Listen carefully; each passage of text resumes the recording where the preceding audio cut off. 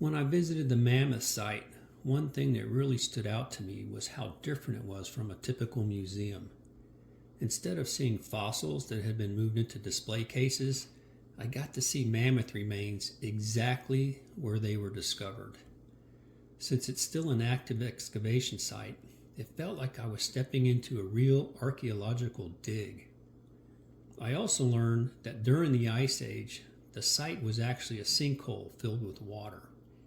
Mammoths were attracted to it for a drink, but the steep, slippery sides made it nearly impossible for them to climb back out. Many of them became trapped and eventually died there, which is why so many fossils were preserved in one location. I also learned that more than 60 mammoths have been found there, which I thought was incredible. Most of them were Columbian mammoths, but researchers have also discovered at least 2 woolly mammoths. Knowing that so many mammoths were found in one place made me realize why this site is considered one of the largest mammoth fossil discoveries in the world. Another interesting thing I learned was the difference between the mammoth species. The Columbian mammoths were much more common at this site, while the woolly mammoths were adapted to colder climates.